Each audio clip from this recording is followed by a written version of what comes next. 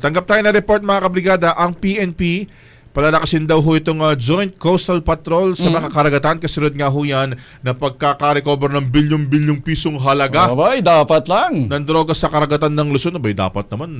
Dati pa na ginawa. Magkano na ba, Brigada Gabs? 9 billion daw. 9 billion na, kahapon 6.8 billion. Diba? At ang sabi ng PDEA, di ba no, na-interview natin kahapon si attorney, sabi niya, posibleng Golden Triangle. Ngayon, kahapon ng hapon, nang sabi nila, ito nang tukoy na nila yung pangalan ng grupo, itong Samgor International Crime Syndicate. Itong Samgor. Samgor. Yan. Alamin nga ho natin paano gagawin na pagpapaigting ng coastal patrols ng PNP dyan. Brigada Kath Austria, i-brigada mo. Brigada Live Report.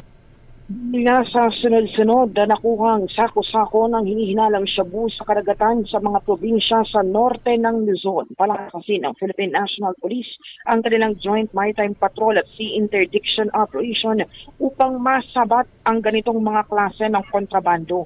Ito'y matapos makakuha ng mahigit 1.2 tons o nasa almost 9 billion na halaga ng suspected shabu sa karagatan ng Pangasinan, Ilocos at Zambales simula June 2. Ayon kay PNP spokesperson Brigadier General Jean Fajardo, makikipag-ugnayan ng PNP sa Philippine Coast Guard at Philippine Navy para sa gagawing operasyon sa karagatan.